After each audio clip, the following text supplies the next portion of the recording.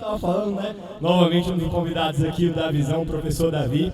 E aqui também a Kimi, que ainda não é professora, mas está estudando para isso, né?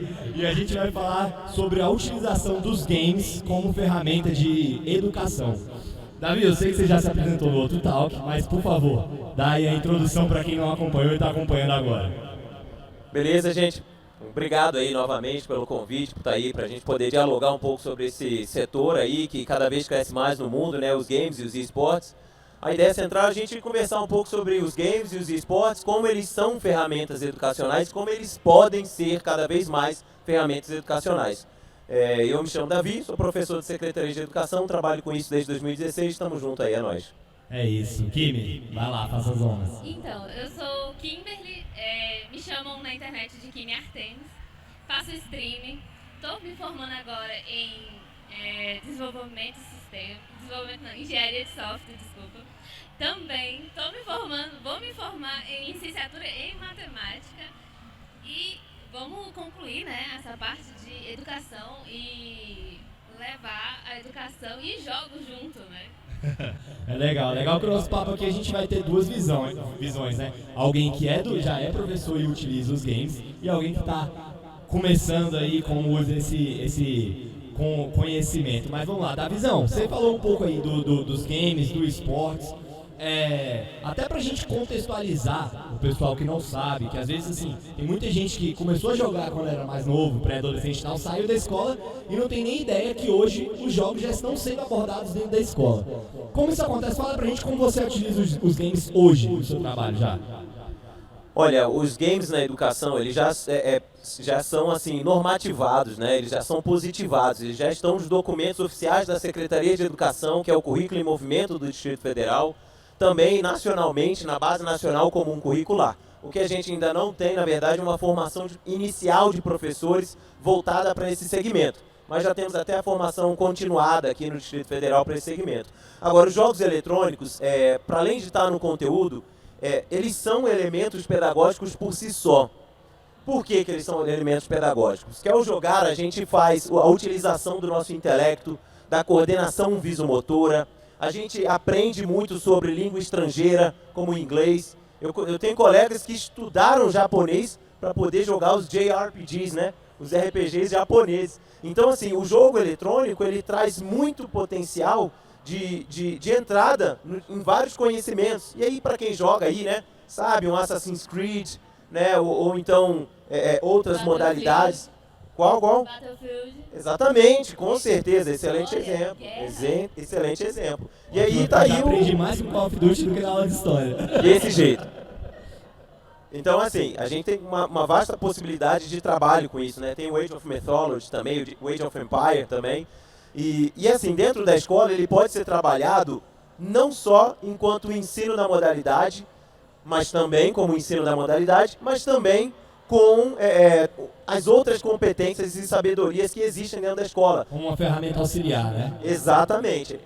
Eu digo o seguinte, o jogo eletrônico ele é uma ferramenta fim, o ensino daquela modalidade, isso já é uma sabedoria hoje, que existem atletas com isso, mas ele é uma ferramenta meio para atingir outros conhecimentos, como a Kimi aí vai fazer com a matemática. Exatamente, isso até que eu ia perguntar para a Kimi, porque o Davi, eu sei que ele é professor de educação física, né? Então, assim, a gente já está numa discussão muito avançada desse lance de jogos são esportes, não são esportes, vai entrar na Olimpíada. Então, assim, a sua área, querendo ou não, tem uma interseção maior com esse universo. Agora você está indo pelo outro lado da matemática, que a gente sabe que tem muito a ver no background dos games, na programação, na lógica, etc., mas no ensino diário da matemática, como é que como você pretende, assim, você imagina a utilização dos jogos no ensino da matemática? Olha, tem uma forma muito simples, que é matemática, ela abrange muitas coisas, só que para mostrar isso para um adolescente, né, podemos pegar, por exemplo, The Sims.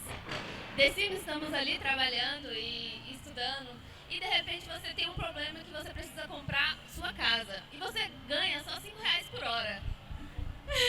E aí? Você chama de The Sims, eu chamo de vida real. Por que não aprender a vida real com The Sims, né? Exatamente. Sem usar cheat. Sem usar cheat, Mariana. Sem usar cheat no The Sims, Mariana. Então, pegando toda essa abordagem Sims, de aprender finanças, além da parte de matemática, de você aprender a resolver problemas. Sim, claro. E é um déficit que a gente tem aqui no Brasil inteiro, que é pessoas tentando resolver problemas. Ou então sair da caixinha, né? Ver o problema de outras formas. Essa parte de lógica da matemática que conta bastante também. A gente estava comentando ontem aqui numa das palestras que a gente fez, num talk que a gente fez, sobre o diferencial dos profissionais, né, que chegam no mercado de trabalho, os profissionais que são gamers ou que tiveram contato com os jogos, diferentemente dos profissionais que não têm. Porque, querendo ou não, a galera que tem esse pensamento, pô, tá acostumada a resolver puzzle no Resident Evil, no Lara Croft, etc., a gente tem uma forma de pensar diferente. Não é melhor, não estou dizendo que é melhor nem pior, e nem que quem não joga é pior, não é isso. Mas é uma forma de raciocínio diferente, né? Porque, querendo ou não, eu acho que assim, a gente vai falar dos games como ferramenta de aprendizado, mas a própria imersão nos games é um aprendizado em si. Concorda, Davi? Exatamente isso que eu tô, né, que a Kimi muito bem trouxe. A questão toda do raciocínio lógico-matemático que existe já nos jogos eletrônicos, o pensamento tático e estratégico, ela trouxe do The Sims. Mas assim, é uma infinidade de jogos que com certeza traz exatamente o que a Kimi falou. No The Sims tem a questão da finança, claro, mas no CS não tem? Quando você faz um round echo? Sim, totalmente. Sim. No Valorant não tem? Do League of Legends, enfim, todos os jogos vão envolver ali um pouco de matemática. Uma gestão de recursos, né? É a curvatura da bala para atingir o inimigo. Exatamente, a curvatura também de uma smoke, né? Para dar uma smokada, para jogar uma flash. Tudo isso a gente usa matemática. Exatamente. Então, assim, o jogo eletrônico, é por isso que eu falo que, assim, eu também, assim, eu vou ser um pouco menos neutro do que o Doc. Claro que quem joga tem um diferencial muito grande, gente. Claro que Você tá no seu papel, eu tô no meu. Tá certo, o cara é mediador. Mas é verdade, gente, que tem, não tem como não ter. Você tá ali, você tá, primeiro, o multitask que existe nos jogos é um absurdo. A gente tava começando aqui, conversando sobre o Fortnite, por exemplo.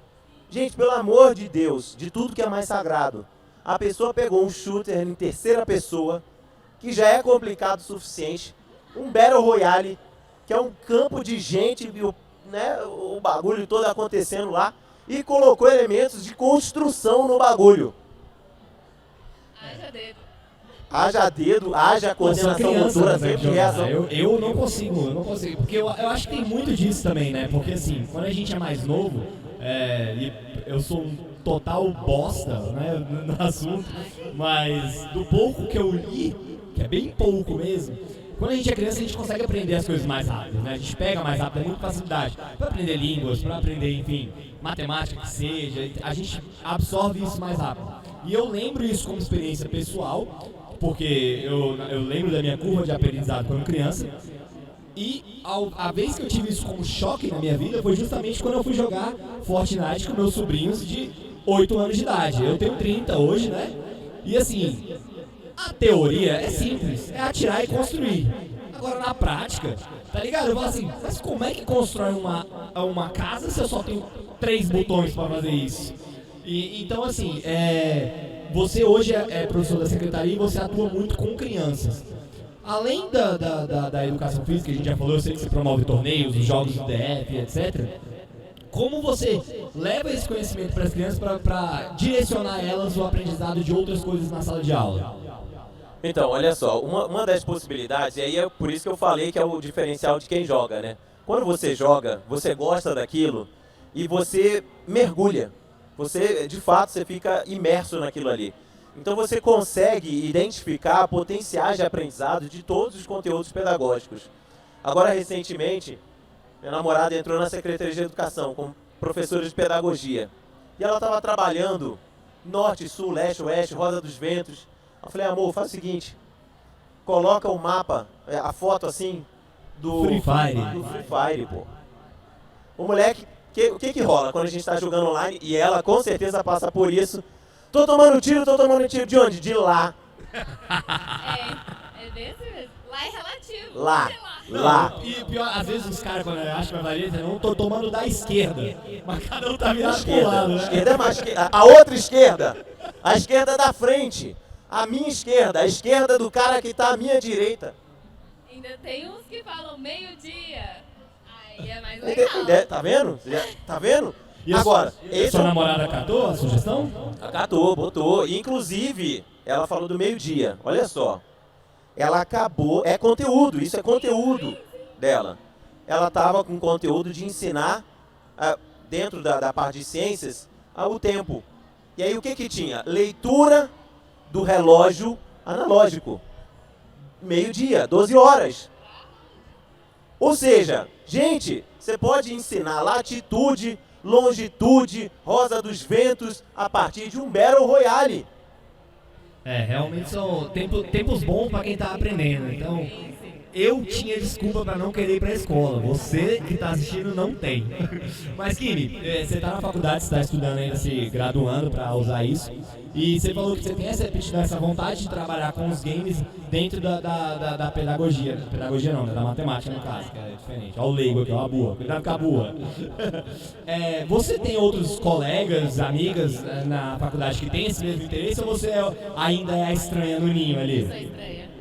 Eu sou bem a estranha. Mas a galera jogou ou é aquele hábito que deixou pra trás? Algumas a galera já jogou, porém elas não têm tanta noção de como implementar isso. Então, cabe a nós, né, inserir isso. Desbravar esse mato, né? Exatamente. Você já tem professores que também trabalham com essa abordagem? Como é que funciona do seu lado? Então, como eu falei, na educação Além física... da sua namorada. Porque essa aí é fortemente influenciada. com certeza. Aí não dá, muito, né? Casa. Ué, quer ver um outro exemplo bacana? Ela ia falar sobre biomas. Biomas. Aí eu falei, amor, pega Terraria. Terraria, a pessoa já... Olha, tava cavando aqui, caiu um bagulho aqui, meu irmão. Os bichos diferentes. Pô, o bagulho tudo vermelho. Por quê? Porque você entrou em um novo bioma. Então, tá aí, cara. Por isso que eu falo, jogue, por favor, jogue e aprenda e ensine com o jogo, né? Mas aí, que eu falei, respondendo sua pergunta, para a educação física é relativamente fácil. Você vai fazer um interclasse, uns jogos da primavera. Agora nós temos os jogos escolares eletrônicos do DF. Então, para o professor de educação física ainda é relativamente mais fácil. Tira o handball, bota o Fortnite. E na verdade, não é brincando não. Ele tá mais certo do que muitos professores, porque a gente tem uma crítica dentro da educação física dos professores que dão aula para sempre de handball, basquetebol, voleibol, futebol ou futsal. Foi só o que eu aprendi na escola, foi vôlei, futsal, basquete. Essa é a crítica. Exatamente, essa é a crítica que quase todos nós temos. Ao pegar o currículo em movimento ou a Base Nacional Comum Curricular, lá tem ginástica artística, atividade circense, yoga, esporte da natureza, skate, slackline e jogos eletrônicos. Então, professora que está ouvindo, não precisa, mas aí eu vou tirar um conteúdo e botar outro. Não, você só precisa seguir o currículo em movimento. No 6º e no 7º ano, segundo a Base Nacional Comum Curricular, tem espaço para você trabalhar com jogos eletrônicos e jogos de tabuleiro. Então é conteúdo nosso. Na verdade, não lecionar é um prejuízo para o estudante, porque o currículo é de direito do estudante. É isso que eu ia perguntar, porque assim, eu estou muito tempo fora da escola e posso estar só com a visão que eu realmente não sei como está acontecendo. Mas pelo que você está falando, já existe os games, né, pré-descritos ali na base comum curricular, né, hoje. Mas assim, eu sei que existe, já entendi perfeitamente. Mas ela é aplicada? Qual estágio a gente está disso ainda? Então, a BNCC, a gente teve algumas versões de BNCC, né? Eu falo muito da BNCC porque ela é nacional, tá? E aí eu vou explicar para você. A BNCC, qual a importância? Você falou como você estudou, ela falou como ela estudou. O que ocorre você imagina, você está no 6º ano do Fundamental e ela está no 6º ano do Fundamental. Só que ela está no Rio de Janeiro e você está aqui no Distrito Federal. Lá tem um conteúdo diferente daqui. Aí ela vem para cá, no 7º ano, e o conteúdo que você teve no 6º ano aqui, que era para ela ter no 6º ano lá, foi dado no 5º ano. Ou seja, ela pulou o conteúdo. Então ela fica sem. Então a base nacional... A base ela vem para normalizar o aprendizado no nível do território nacional. Isso, exatamente. Só que essa é a primeira etapa. Depois eles precisam entrar com um processo de implementação da BNCC. Que é a fase que a gente está agora, dessa nova BNCC. Você tem uma noção. Tô aprendendo aqui, ó, com vocês. Fica ligado. Que aí, olha só, e ela já chega na faculdade falando de BNCC, currículo em movimento, o pessoal fica mordido. Exatamente. Porque Daqui a tem pouco você teve que aplicar isso. Mas aí ela já tem a ferramenta. Isso é importante, Doc. Por quê? Né? E Kimi, por quê? Porque quando o professor fala que você está com um videogame na sala de aula, você vai falar, olha, o conteúdo curricular do Distrito Federal aponta isso. Aí a pessoa fala, Eu já fui questionado na escola porque o meu conteúdo era muito diferente. Eu trazia iniciação à arte marcial e tal. Aí o pessoal olhou assim, da secretaria, e falou assim, Davi, é isso mesmo? Porque os outros professores é handball, basquetebol, voleibol. Aí eu falei, olha, eu sigo o currículo em movimento. Então eu trago iniciação à arte marcial, atividade circense, yoga. Está dentro do meu currículo. Eu estou dentro do que, né, me foi colocado. Então, a gente está nessa etapa da implementação da BNCC e parte disso... Desculpa, só te cortando, tem um prazo legal para as escolas do Brasil? E eu imagino que essa base ela é só aplicada às escolas estaduais, governamentais, municipais, etc. Ou são escolas gerais, particular também? Tudo. Tudo, né? Tudo. Tem um prazo para essa fase de implementação? Então, na verdade, o que ocorre é o seguinte, pelo que eu lembro aqui de início, de memória, acredito que não tem um prazo estipulado, mas há uma predisposição rápida de atender a BNCC. Tanto que a BNCC foi homologada, acho que a última versão é 2017, se não me falha a memória. Em 2018, aqui no Distrito Federal, eles pegaram o currículo em movimento que já existia e atualizaram. Inclusive, eles citam no texto do currículo aqui do DF, citam que eles revisitaram para atualizar conforme a BNCC. Então, essa é uma parte. Só que aí entra o pulo do gato. Uma coisa é o que está na lei. Outra coisa é se o professor vai ler, se o professor vai querer aplicar e se vai ter alguém para, de fato, analisar se está sendo feita essa aplicação. Isso depende muito mais da gente, viu, Kimi? A gente estava aprendendo algumas coisas na minha faculdade, né? Que existe um chamado de professor empreendedor, que é o professor que inova, que procura... Sua faculdade é qual? Fazer um mexão gratuito aqui, católica. Mexão. Para nós na próxima. Patrocina aqui, ó. nós. Botar um banner bem grande aqui, ó. Faça católica. Mas enfim, vai lá aqui. Porque eles ensinam a gente a justamente isso, a inovar, a não só ficar, como se diz, enchendo a cabeça do aluno de conteúdo. Acaba que ele não pega nada. É igual inglês. Eu aprendi mesmo inglês nos jogos. Porque o meu inglês era tudo... Somos dois. Era tudo Somos verbo to três. be. A gente só aprendia verbo to Não, be. eu aprendi inglês nos jogos, aprendi mesmo pra me virar. E depois me formei em inglês por causa dos jogos. Porque eu tinha um trabalho, eu fui cobrir uma feira na Alemanha, a Gamescom. E cheguei lá, eu tinha que me virar no inglês, falando em entrevista com pessoas. E o Brasil, eu já tinha aquele inglês de jogo. O alemão, a gente acha que lá fora a galera fala inglês perfeito, o inglês do alemão não é lá essas coisas não. Então ficava dando. Aí quando eu voltei pro Brasil, eu falei, não, agora eu vou aprender inglês, aí estudei aqui, enfim, me formei por causa dos jogos. Mas pode concluir. Exatamente. Não, mas é exatamente isso. Eu acho que a maioria aqui também aprendeu inglês nos jogos. Tanto que teve alguém que foi a mais além, aprendeu japonês nos jogos, né? Essa época aí que não tinha tradução. É verdade. Isso é muito importante para nós como professores, né? Colocar essa parte de inovação, de entender que jogos é feito para jogar, para a gente descansar sim, mas a gente pode aprender. E às vezes a criança ou a gente está aprendendo e a gente não nota que a gente está aprendendo. Precisa de um professor lá para colocar uma sementinha. Olha aqui, isso daqui é diferente, dá uma olhada ali. Dá uma olhada nisso daqui também, entendeu? Então é essa parte assim, que eu acho muito E vocês, na experiência de vocês como alunos, vocês tiveram algum professor que utilizou de jogos, metodologias assim? Enfim, alguém que tenha marcado? Primeiro a Kimi, vai Kimi, que o meu é mais polêmico. Então, eu não... Tu gosta de dar problema, hein, Davi? Porra. Não, eu não tive nenhuma. O máximo de experiência que eu tive de aulas diferentes era com cubo mágico em relação à matemática. Exatamente. Que a gente usava que era uma noção diferente que a gente pegava. Não era só o número digitado, escrito no quadro, né? Era ali você consegue pegar a centena, a dezena, e fazer aquilo mais, como se diz?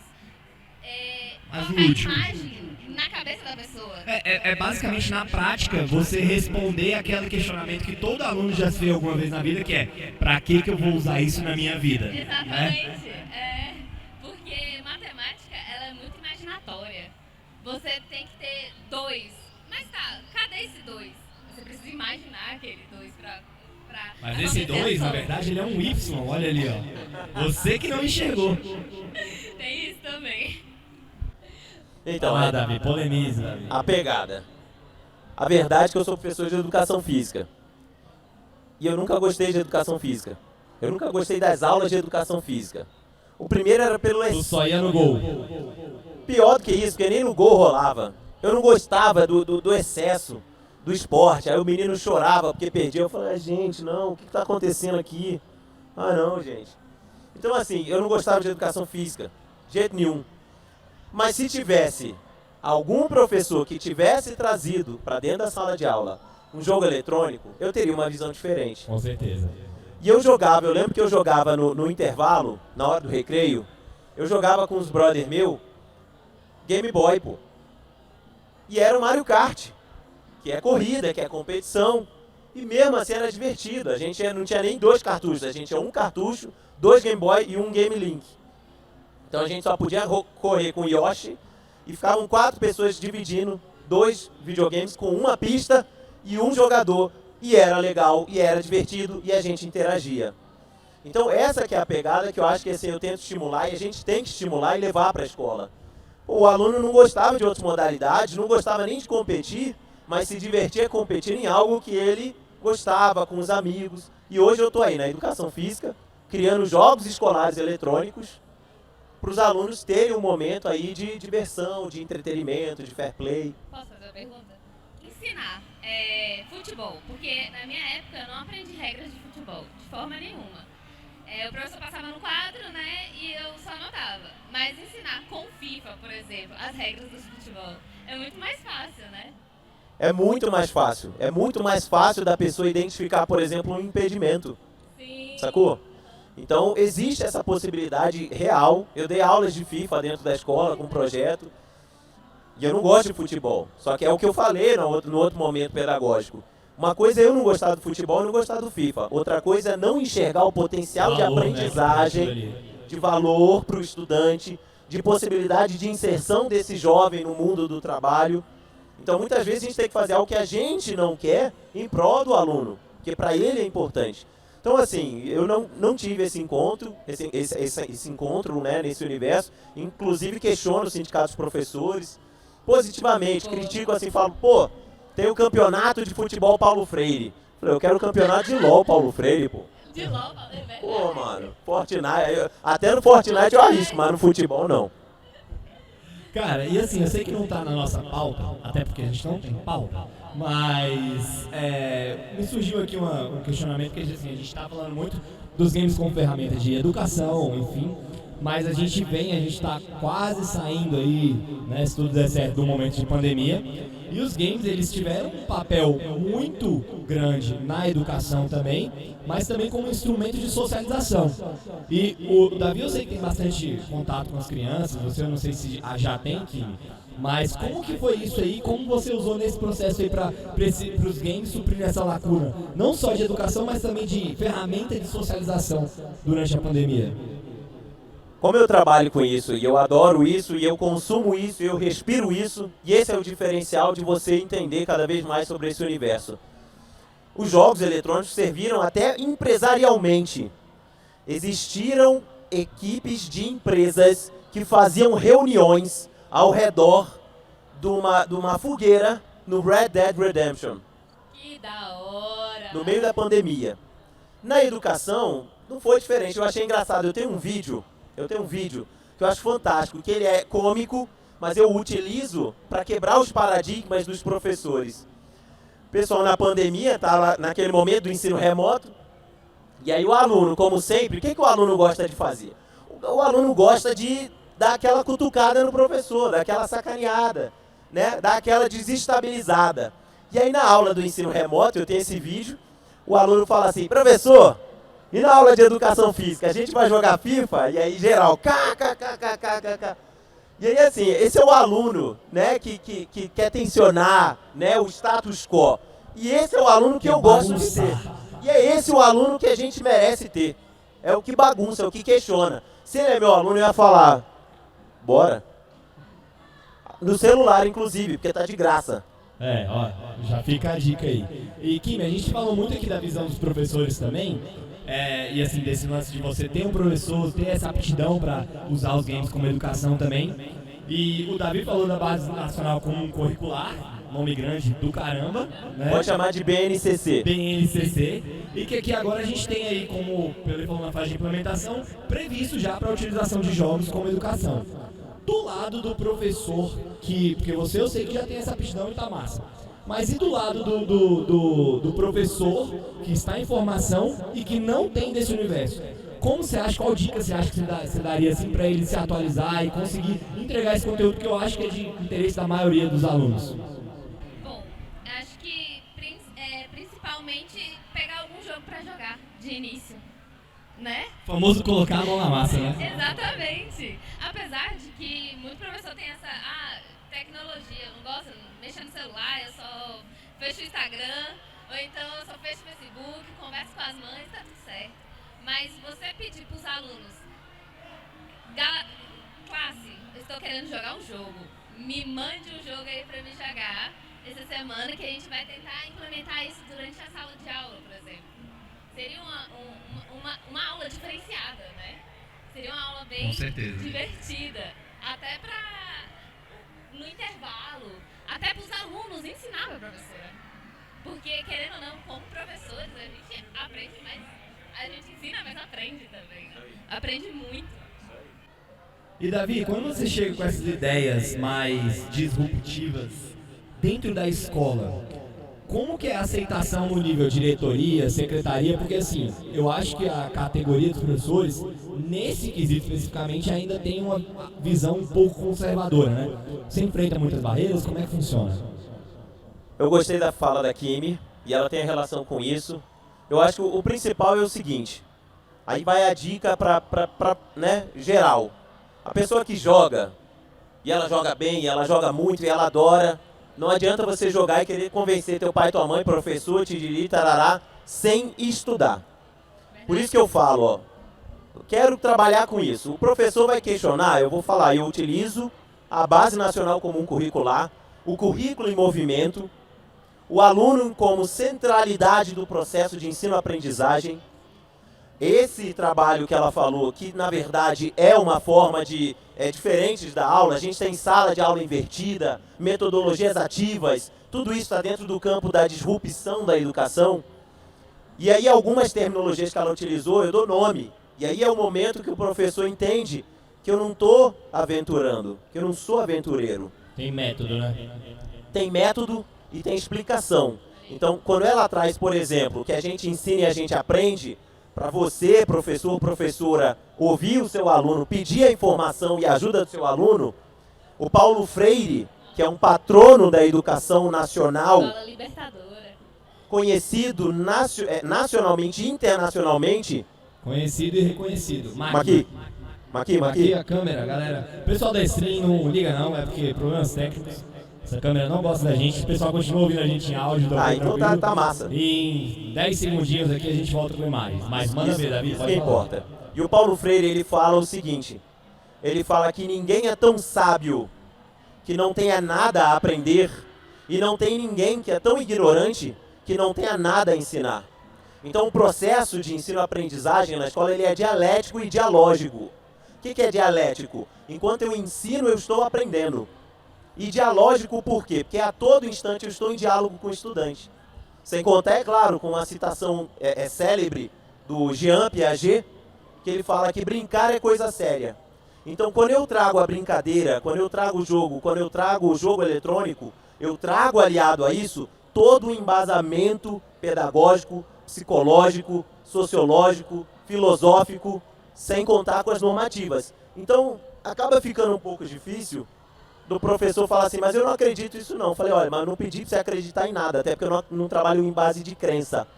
Eu trabalho com fundamentação teórica, com os maiores trabalhadores da educação, como Vygotsky, Piaget, o próprio Saviani, entendeu? Inclusive, fica aí a dica, o Saviani ele trabalha com a pedagogia histórico-crítica, e ele diz que o aluno parte de um saber e o professor parte de outro. A partir do saber do estudante, você vai saturando de determinações, você vai mostrando para ele outros saberes que estão trabalhando para que aquilo ali se concretize. O jogo eletrônico, por exemplo. E ao final do processo educativo, o aluno tem uma visão não mais sincrética, não mais perdida, mas uma visão cada vez mais crítica e ampliada do jogo eletrônico. Como, por exemplo, ela trouxe aqui o elemento da programação, da matemática, fundamental na construção de um jogo eletrônico. Então o aluno pergunta assim, mas eu odeio matemática, mas você gosta de God of War, filho? Você gosta de God of War? Minecraft. Você gosta de qualquer jogo? Agradece a matemática todos os dias, porque senão não tinha. Verdade. Além de tudo que você disse também, acho que acaba tirando essa coisa da escola, tirar toda a criatividade do aluno e voltar e moldular essa criatividade para algo mais centrado, para algo que, né, que ele vai gostar mais. Eu sou mais afim de educação física, por exemplo. Bora pegar na parte de educação física e tudo mais. Assim, a gente não tem uma sabedoria que é, vou estudar aqui, terminar o ensino médico e fazer qualquer coisa na faculdade, né? Que é isso que a gente normalmente faz. Sim. E o Davi até falou uma coisa interessante que eu achei, que é isso de, tipo assim, não adianta a gente estar falando aqui de disrupção, usar games, etc., se no final os alunos também não fizerem o básico, que é estudar, né? E eu digo assim, fica até uma dica, eu acho que é uma mensagem legal da gente deixar também, porque assim, eu posso dizer com 100% de certeza que não existe essa de não estudar. Você pode não gostar de estudar hoje, mas em algum momento alguma coisa vai virar dentro de você e você vai perceber que você precisa, então você tem que fazer, sacou? E quanto mais cedo você perceber isso, melhor, né? Eu tenho casos assim, N casos na minha vida pessoal, mas por exemplo, no colégio eu odiava história, odiava. Cara, hoje eu amo história, tá ligado? Mas por quê? Essa chave só clicou depois de vivência, depois de perceber a importância, porque eu acho que às vezes a escola falha nisso também, e é até um ponto que os games podem ajudar, que é demonstrar aquilo que a gente estava falando assim, por que eu vou usar isso na minha vida, por que isso é importante. Eu só fui perceber a importância de algumas matérias depois, com anos de vivência, que talvez se eu tivesse sido introduzidos com games, ou até com podcast mesmo, no caso da história foi podcast, que eu comecei a gostar. Poderia ter um aprendizado facilitado e mais rápido, né? É precisamente isso. Você é a mesma coisa que eu. Eu nunca gostei de história. Eu cheguei queria fazer economia no ensino superior. E aí quando eu vim no Rio de Janeiro, que a parte específica tinha história, eu desisti. Eu falei, não vou nem passar. Porra, não. Saber de economia sem saber da história do Brasil é difícil, né? Tá vendo como eu era um bom aluno, né? Então assim, tava sabendo bem o que queria na vida, né? Mas aí que tá, depois deu um clique também. E depois deu o clique, aí eu passei a entender a necessidade da história, como que é legal, como que é importante. Agora, é o que eu falo, cara, quer um ensino de história mais tranquilo do que um Age of Empires da vida? Você passa por várias idades ali. Assassin's Creed, que você mencionou mais cedo. Exatamente, e mais do que isso, o Assassin's Creed ele é brilhante, porque ele faz um spin-off da história real. E aí, cara... Mais lúdico ainda. Isso. E aí é o momento que talvez o professor de história poderia olhar e levar para o estudante e falar, galera, olha só, talvez seja um pouco traumático e cansativo estudar história dessa maneira. Mas a pessoa que tem esse conhecimento criou uma ambientação incrível para um jogo que é uma franquia absoluta. Eu vou dar um exemplo aqui, que eu ri na internet, mas eu ri assim que eu falei, gente, pelo amor de Deus, o que está acontecendo? Tem o Assassin's Creed, ele tem várias histórias, vários contextos históricos. E aí tem um específico que se chama Assassin's Creed Syndicate, que é de sindicatos. E aí na chamada do jogo, o personagem do jogo faz uma crítica ao capitalismo. Ele vira e fala assim, quando o pobre rouba o rico, pega algo do rico, é um crime. Quando o rico faz isso com o pobre, não é um crime, é capitalismo. E isso, cara, na internet, mas a galera queria quebrar o jogo e falando mal do jogo, o hate que eu falei, o hater. Sim. Mas você, que jogo comunista? Eu falei, gente, é um jogo que fala sobre sindicato. Se você não consegue entender o que é um sindicato, pula esse jogo, amigão. Ou estuda, né? Um pouco. Ou estuda, eu acho que estuda é a dica melhor. Falou tudo. Pessoal, agradecer a participação de vocês. A gente tem agora que encerrar, infelizmente, mas antes, se vocês quiserem deixar mensagem final, a divulgação, fiquem à vontade, o microfone é de vocês, começando pela Kimi, que você já falou demais. Fala muito, é professor, né? Mas tem que falar mesmo. Meu nome nas minhas redes você pode encontrar como Kimi Artemis, né? Eu faço stream. Ontem eu estava participando de um campeonato de Copa Cavalo da Liquid e foi bem legal. Apanhei muito, mas me diverti. É o que importa. Então, se vocês quiserem me procurar por lá, é só me encontrar por lá que eu vou estar quase todo dia lá. Galera, agradeço novamente a paciência aí, sei que é difícil ouvir, o professor tem esse probleminha aí, Não, principalmente eu. Você agregou muito, tô brincando. Nossa, aprendi muito, viu? Se tu vinha fazer um bullying com você, se eu fizer um bullying com você, pô, tem que ter uma brincadeira aí, só entre os mais chegados que rola essa brincadeira, mas é isso aí. Gente, olha só, eu deixo aí meu contato à disposição, eu tenho um curso de formação de professores aqui no Distrito Federal, inclusive o curso eu transmito ele abertamente na Twitch, justamente para oportunizar, ele é um curso oficial da Secretaria. Bacana. E me procura lá nas minhas redes, GeekFitBR no Instagram, meu WhatsApp também eu deixo à disposição, então... Como é que escreve o Geek? Só letra aí só pra GeekFit, G-E-E-K, Geek, né? A galera que era o estranho antigamente, que hoje é o cara que ganha dinheiro. Então, Geek Fit, F-I-T. A ideia é essa união do universo geek com o universo aí da educação física, do fitness. Seu curso também abrange games e tudo mais? O nome do curso é Games e Esportes na Educação. Então ele é pautado na apresentação das várias possibilidades de trabalho, com realidade virtual, realidade aumentada. Então ele é, na verdade, uma apresentação da variedade enorme que existe. E, inclusive, eu estou trazendo algumas pessoas também para dialogar e apresentar para os professores como que eles podem trabalhar, como pretendo chamar, por exemplo, a Sugetsu, já até convidei ela para falar sobre Libras. Legal. Então é uma atividade de apresentação, né? Então o curso tem, só falta os professores te procurar, né? Não, mas eles já têm alguns inscritos da secretaria. Eu estou fazendo um convite aqui aberto a todos, que como é da secretaria, não era para ser aberto. Mas como eu faço na minha Twitch, aí qualquer um tem acesso. Aí ele é aberto. Então se você tiver interesse, você é professor, é só procurar lá, @GeekFit. GeekFitBR. GeekFitBR. Eu que esqueci do BR, desculpa. Você, né, me quebra. Mas enfim, a gente vai fazer uma pausa aqui e logo a gente vai voltar com mais um talk. Então obrigado aí, não saia, você que está acompanhando a gente online. E em 10 minutinhos a gente está voltando com mais um papo, bater um papo aqui agora sobre eventos gamer. Então já estamos de volta. Valeu.